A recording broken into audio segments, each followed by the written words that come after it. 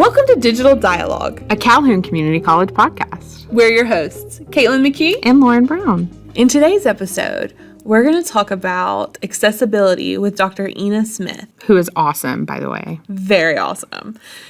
She is head of our ADA office, and she'll tell you more about her job. But we were so happy to have her as our first guest, and we hope you enjoy the interview as well. But before we get into the interview, I just feel like we need to talk about dolphins. Let's clear the air. Let's clear the air. I think I've shocked Lauren today with my passionate hatred of dolphins. Tell me more. I just really don't like them. I don't like fish in general. Mm-hmm. It's a long-standing I don't want to call it a fear because, it's fish, but it's a long-standing phobia. I also don't want to say, but it is. Even like when I was younger, my cousin Olivia, who loves me, so I know she's listening, she used to always want to go to the aquarium, and so she would drag me along, and I went willingly a lot of the time, but it was like a haunted house for me. It was... It was a little traumatic. It's gotten better as I've gotten older, but dolphins will always hold a special place in my, not heart, because I hate them. What's the opposite?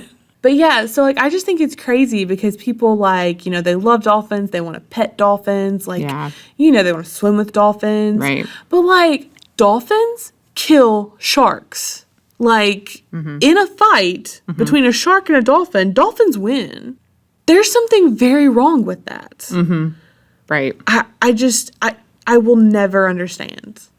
Well, they're very intelligent. And I feel like in the animal world, intelligent animals can often be a little unsettling. Yeah. You know what I mean?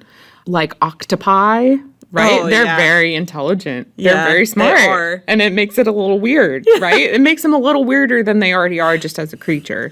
They are very cool, though. They are very neat. There's like a documentary out about my octopi teacher or something, octopus teacher. I've seen that advertised. Yeah. Mm-hmm. Is it actually about an octopus? Yeah, I think so.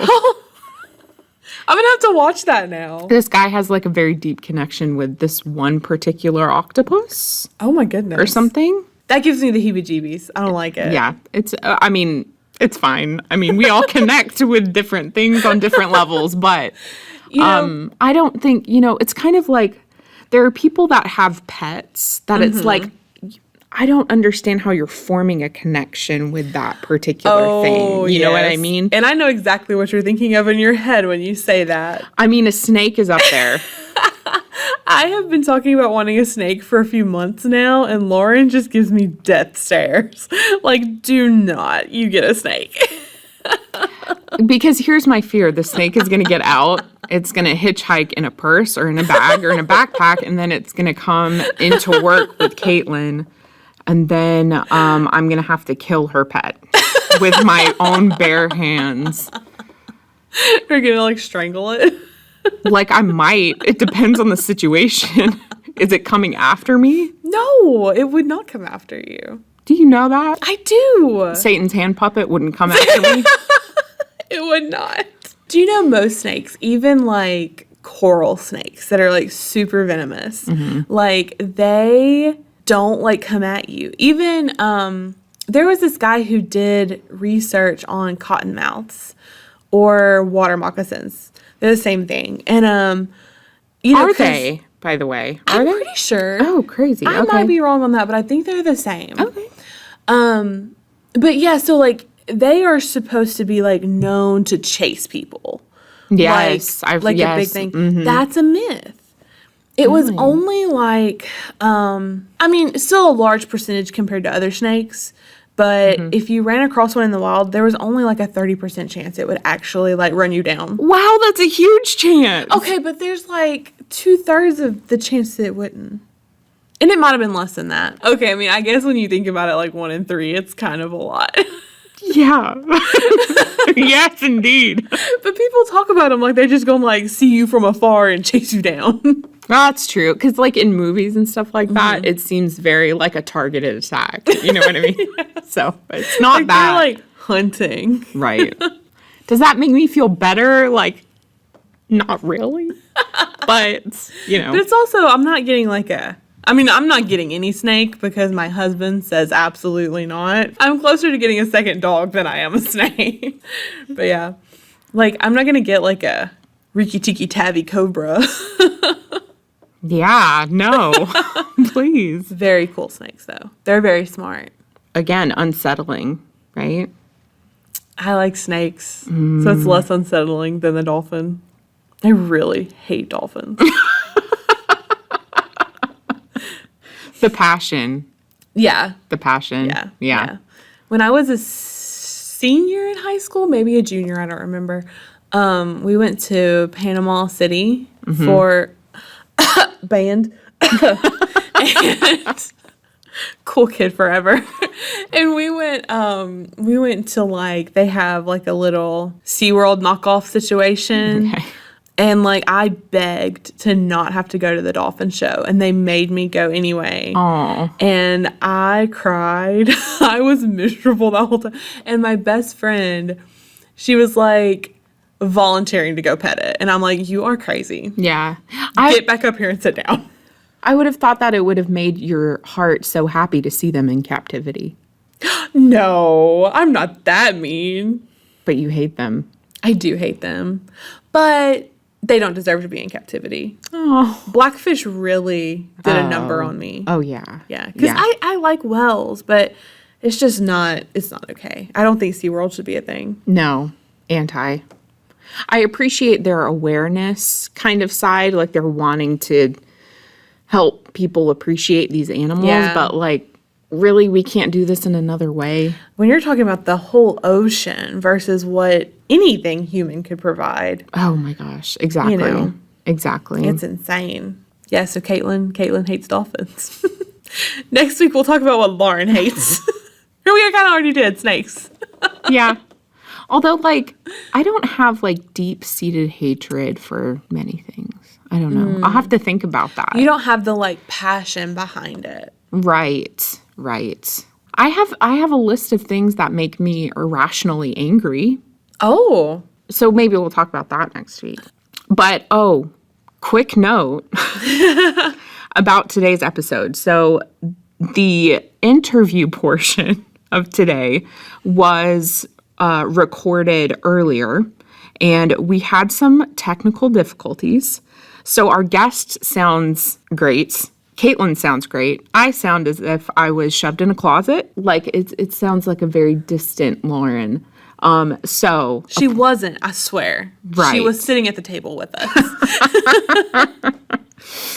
But if you want to hear me, you might have to turn your volume up a little bit during certain times, or just listen very intently. Apologies. Turn closed captions on. Closed captions should be on the video if you're watching this on YouTube. It's another good universal use for captions. Well, there you go. Universal design. Universal design. See how we snuck that in there? Oh, boom. We made you quiet on purpose.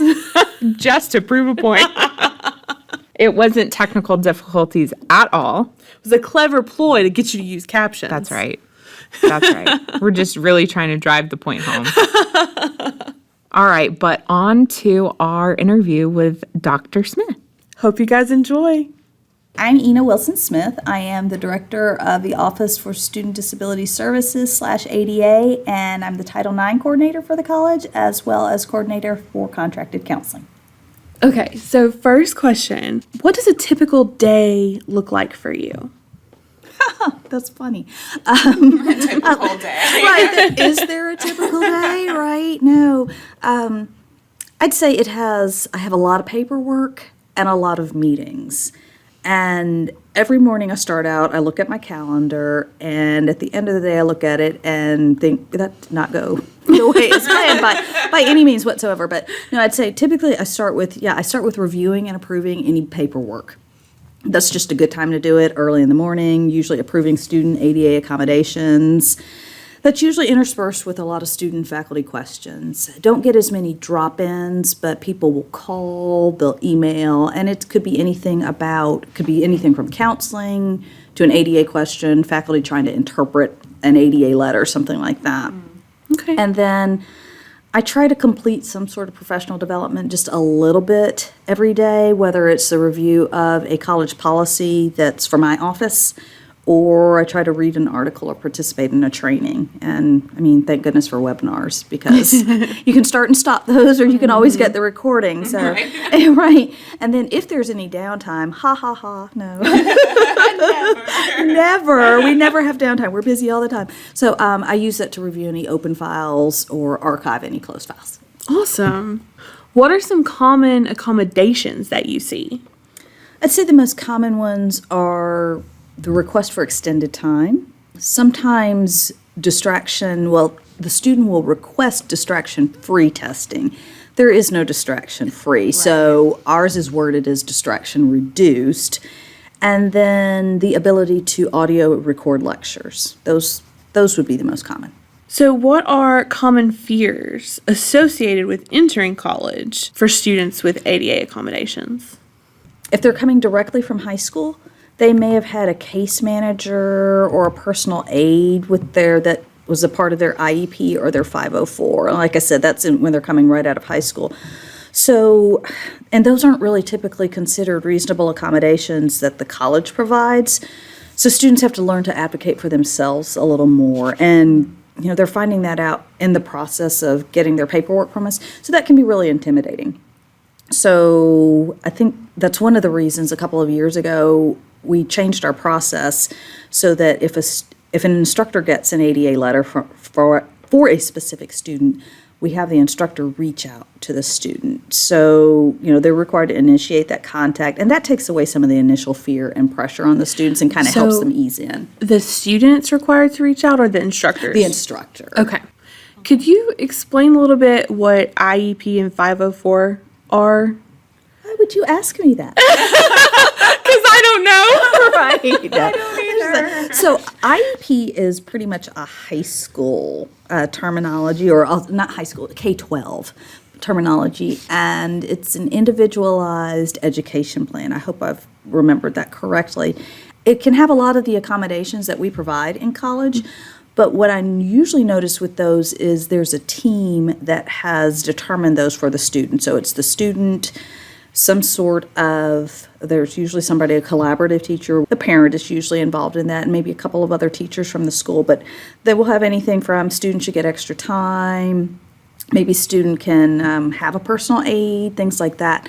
What I typically see with that, though, is that there isn't medical documentation, so the student may or may not have a verified disability.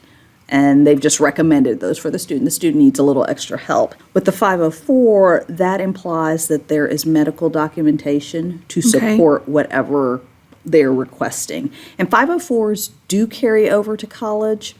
That is something you'll see that I'm also listed as the 504 coordinator. But you still have to have the medical documentation for those. So, do you feel that our ADA students have a good experience in their online classes? Honestly and overall, I think they do. Disability Services and Distance Learning, UL's office have collaborated for several years now to ensure that our online classes are ADA accessible to students. We have worked to make sure that there's closed captioning, we have that Blackboard Ally that does the accessibility checking, and just even when we were first trying to phase in full accessibility for online classes, we started with things like use standard fonts, so none of that Comic Sans anymore. Using Arial, Times New Roman. There's two others, but those are the two most common ones. So I think we've been working for about 4 years now, I feel like, doing this. So I think that I feel like they do have a really good experience. If we got any complaints, it was more about navigating their accommodations with respect to an online class. I mentioned that the two most common are audio recording and extended time. Well, if you're in an online class, how are you audio recording? And sometimes the students will and so I'll walk them through that if there's a recorded lecture, then you can play that back. So you don't have to audio record. So sometimes it's actually even easier. And then with respect to extended time, the instructors can go into the Blackboard shell like they would for any classes on campus and set those exams to be extended time. So instead of having a written test that you take in the testing center, instead your online exam is set up for extended time. Yeah. Yep.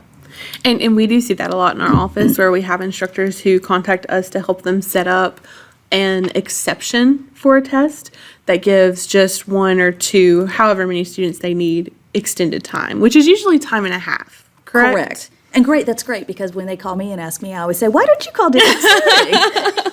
We're happy to help. Right. It's a team effort. It is. So do you notice like a big difference between online courses and maybe complaints prior to when we started really implementing those guidelines? Off the top of my head, I really don't remember us getting any of those. I think we were just trying to be compliant because we knew with the website accessibility guidelines, the WCAG, everything that we wanted to be compliant. And so ours was not, I guess, our goal to be fully compliant was not as a result of complaints, which I'm very happy to say. We weren't getting complaints, and there was no mandate from the Office for Civil Rights or anything like that. We were just saying, hey, we're almost compliant. We want to make sure that we're fully compliant so that if a student does come in, a deaf student or hard of hearing student comes in, we already have our classes closed captioned. And I believe that's the way we kind of approach the faculty, so they wouldn't feel this pressure to say, well, why are you making us do that? So we say, well, we're trying to get you prepared so that when a student shows up on day one, you don't have to call us and hope that we can pull everything together quickly for the student. Right, because when it comes to accessibility, I feel like the name of the game is constant, consistent improvement. We don't expect you to have a fully accessible course, because that's a ton of work. It is. Especially if you're having to rework. Right. Right? So, like, kind of as you're building, kind of making those changes as you go. I think that's a perfect way to explain it. I think that also shows that, like you said, with the continuous improvement, you're showing that you're not using the same course that you may have been using in 2005. So you should have made some, if you've updated any videos or anything, then those need to be closed captioned. So hopefully you're just building in incremental steps every year. But I like the way you said that. It's just like everything else, there's continuous improvement. Do you hear any complaints about our online courses? Generally, no. I think we did hear some last year because, of course, COVID. So we had some of those. COVID. Wait, was there COVID? Oh my gosh, a pandemic? Oh my gosh, right. So, we had some complaints, but it wasn't about the online classes per se. I'm sure you get this sometimes too. Someone will ask a question, you realize that's not really the question they're asking. So we got complaints, and I realized they're not really complaining about the course. They were frustrated because it was a quick transition to online, or I didn't sign up for this online class. Why am I in this online class? Well, that's all we're offering right now. So that's why you're in an online class. So then it was more of, well, I've never taken one, so I'm frustrated. Again, it was the navigation of the course. How am I maneuvering? I'm used to being able to walk into a classroom and see my instructor. How do I do that now? So we did get a few complaints, but it wasn't about the quality of the online courses. It was just, all of this has been thrown at me. And wait, where am I supposed to log in? Because I don't have internet at home, and campuses everywhere is closed. I can't even get into McDonald's and use their free Wi-Fi. Yeah. So it was a lot of stuff coming, and I think because we were open, we were getting complaints that were about life and pandemic, not just about, I don't like my online course. And just to give a little bit of background for the podcast, we got about a 3-day notice in spring of 2020 that we were closing doors to campus. And so we went from having distance learning, we went from having roughly, these are rough numbers, 3,000 full-time online students to 9,000-ish online students. In 3 days. In 3 days.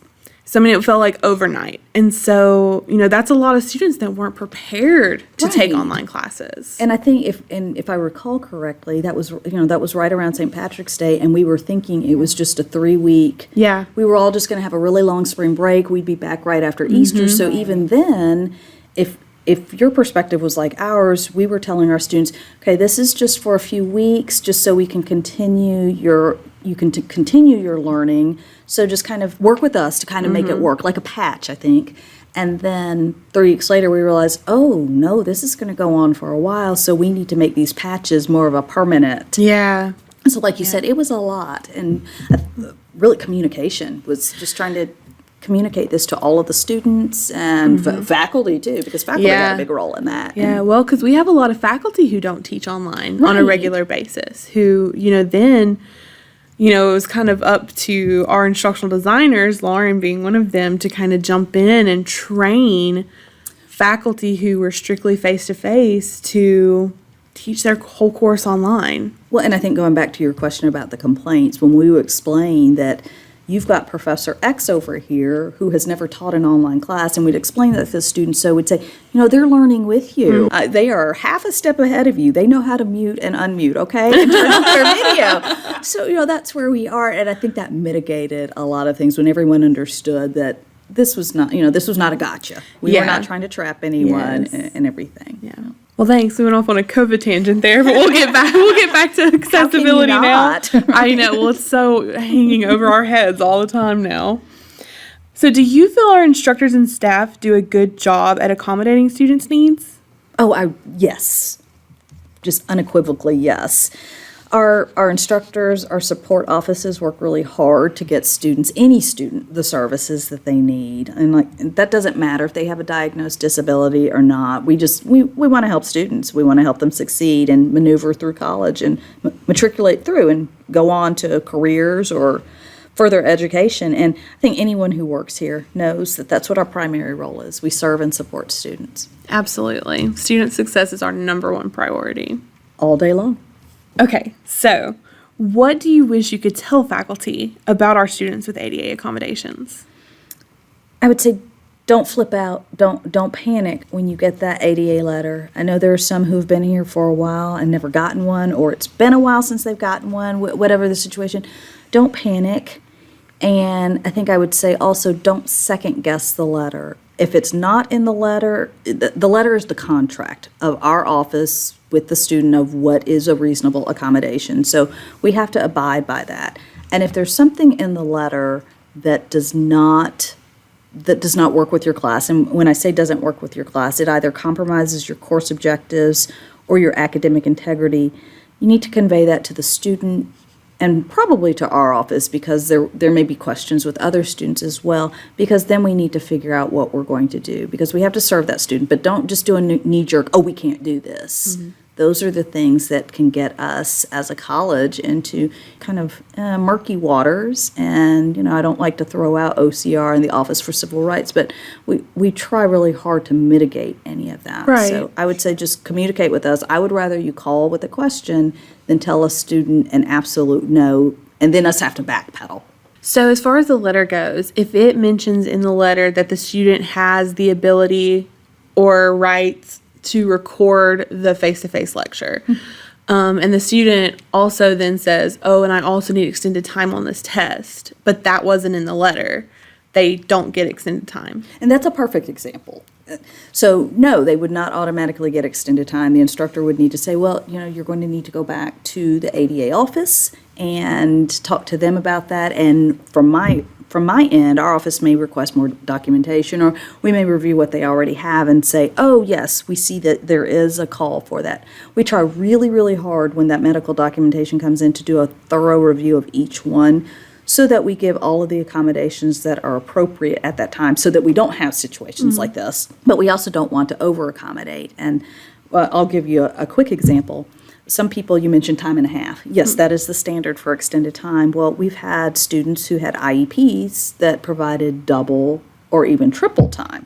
So one of the standards when I explain to a student and a parent why we're not providing triple time is we're trying to prepare the students for further education, certifications, the workforce, whatever their plan is.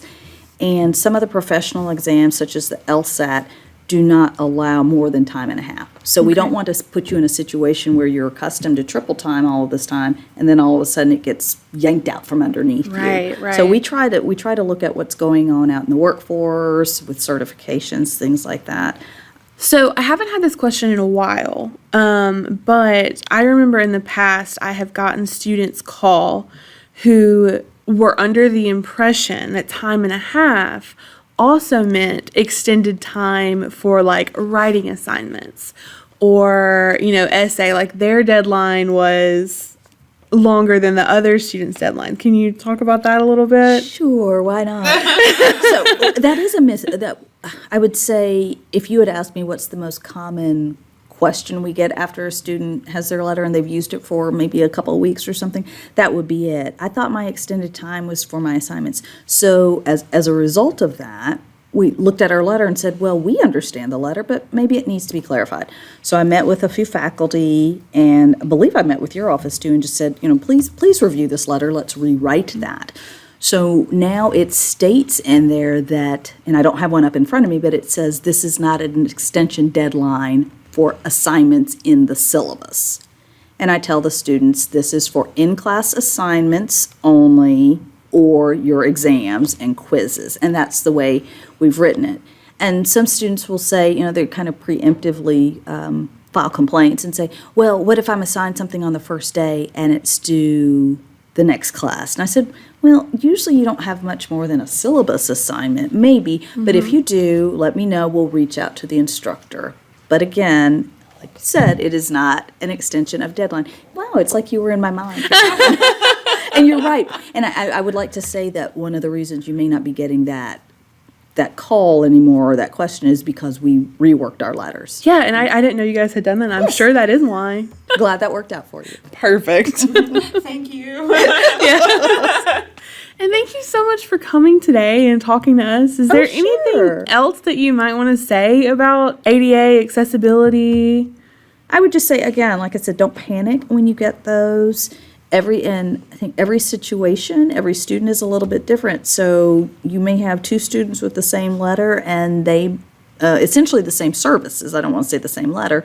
And they may use them completely differently. So you just have to take it's one student in one case at a time. Thank you, Ina. We so appreciate you being here today. Thanks for having me.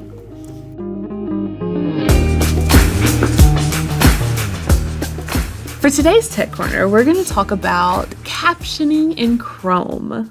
Captioning in Chrome, yes. So Chrome has a live caption feature. I think that it's really useful. Again, we talked about this before about how companies are just starting to really amp up accessibility because they're learning too, right? They're learning about how important it is to be accessible and have accessible products for everyone. So post-pandemic. Well, there you go. So if you have Chrome, all you have to do is click on the three stacked dots in the upper right-hand corner of your screen. A lot of times that's called More. So just click on those dots and then click on Settings. There'll be a little menu that pops up. Click on Settings. And then kind of over on the left-hand side of the screen, you'll see a bunch of options for settings on that settings page. Click on Advanced. It's kind of at the bottom of the menu. And then click on Accessibility. So there's a lot of good stuff on this page, but for captioning, all you have to do is click on Live Caption and basically toggle that little button over. And so what that's going to do is that's going to provide live captioning for audio that comes through. You can also adjust how the captions are displayed. There is an option for customization there. So if that's something that you want to do, you can play with the font color and I think the size and opacity of the background and all that kind of fun stuff and really tailor it to how you want it to be presented on your screen.